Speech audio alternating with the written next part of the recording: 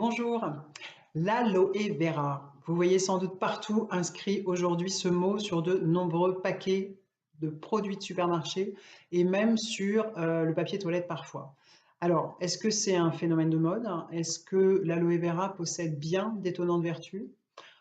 D'abord, voyons ce qu'est l'aloe vera. C'est une plante qui fait partie de la grande famille des aloès, comptant plus de 300 espèces. Mais seulement quelques-unes sont reconnues comme ayant des vertus médicinales. Parmi celles-ci, voici l'Aloe barbadensis.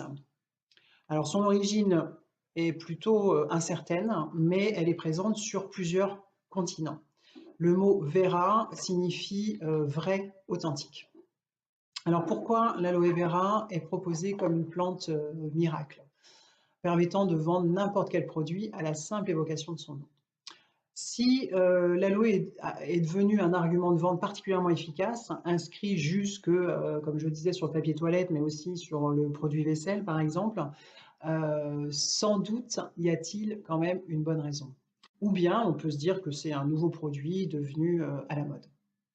Alors nouveau, pas vraiment en fait, puisque son utilisation par différentes civilisations remonte à plus de 5000 ans, et ce, dans des endroits du monde totalement opposés. Preuve en est des écrits qu'on a retrouvés, des traces de son utilisation en Égypte ancienne, en Grèce antique, en Afrique. On la retrouve dans les plus anciennes médecines du monde, que sont les médecines traditionnelles chinoises ou ayurvédiques en Inde. On l'utilisait notamment dans l'Antiquité pour calmer les brûlures et aider la cicatrisation. Et paraît-il, Cléopâtre l'utilisait quotidiennement pour rester belle. Alors aujourd'hui, sa réputation est mondiale. Elle est due à sa grande utilisation en cosmétique, en particulier pour soigner les maladies de peau, tout ce qui est eczéma, psoriasis, acné, parce qu'elle est extrêmement génératrice et protectrice.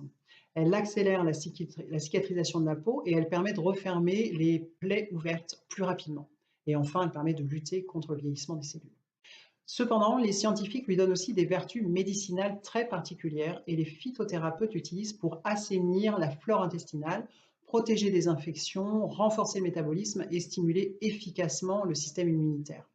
Elle peut être aussi un très bon moyen de lutter naturellement contre la constipation et l'ensemble des problèmes digestifs, ballonnement, gaz, maux d'estomac, brûlures, etc. Alors vous me direz, mais comment une simple plante peut-elle agir aussi efficacement sur autant de domaines? Surtout quand on sait que l'aloe vera est comme le cactus, elle est composée à 99% d'eau. Et en fait, c'est le 1% restant qui est une puissante synergie de 250 éléments différents qui ont été identifiés, dont 12 vitamines A, B, C et E, euh, entre autres, mais aussi de très nombreux minéraux et oligo-éléments. Calcium, sodium, potassium, zinc, fer, etc. Et en plus, elle est dotée de 18 acides aminés. C'est donc une plante des plus riches qu'il soit. C'est une vraie bombe dans sa composition, avec par exemple la baie de goji ou les algues comme la spiruline ou la chloréa.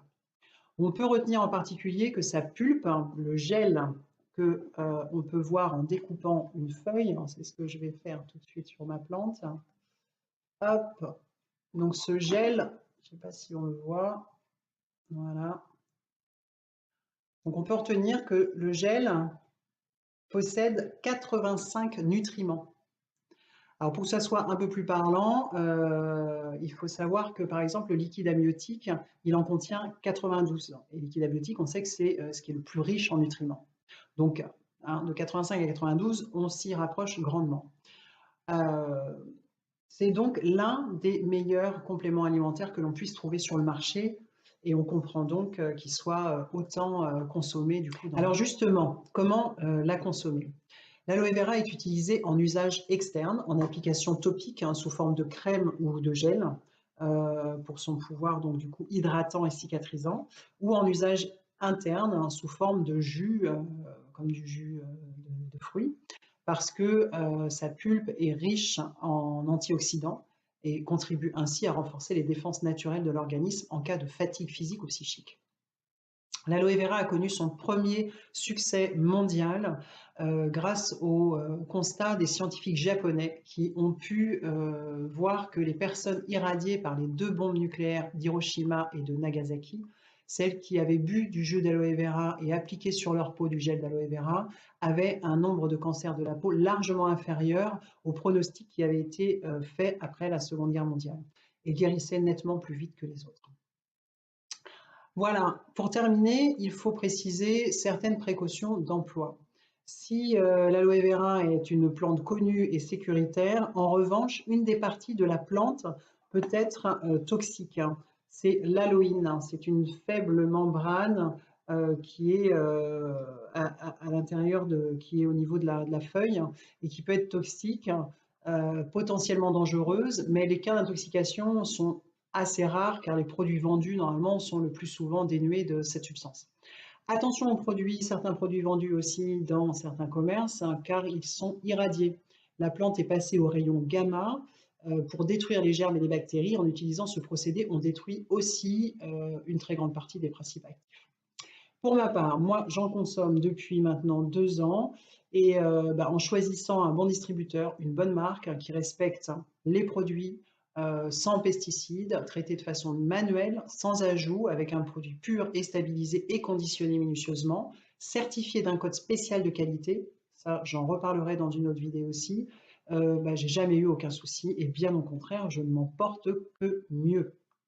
Voilà, je vous dis à une prochaine fois. Dans une prochaine vidéo, je vous apprendrai à détecter un bon produit d'aloe vera selon sa composition sur l'étiquette.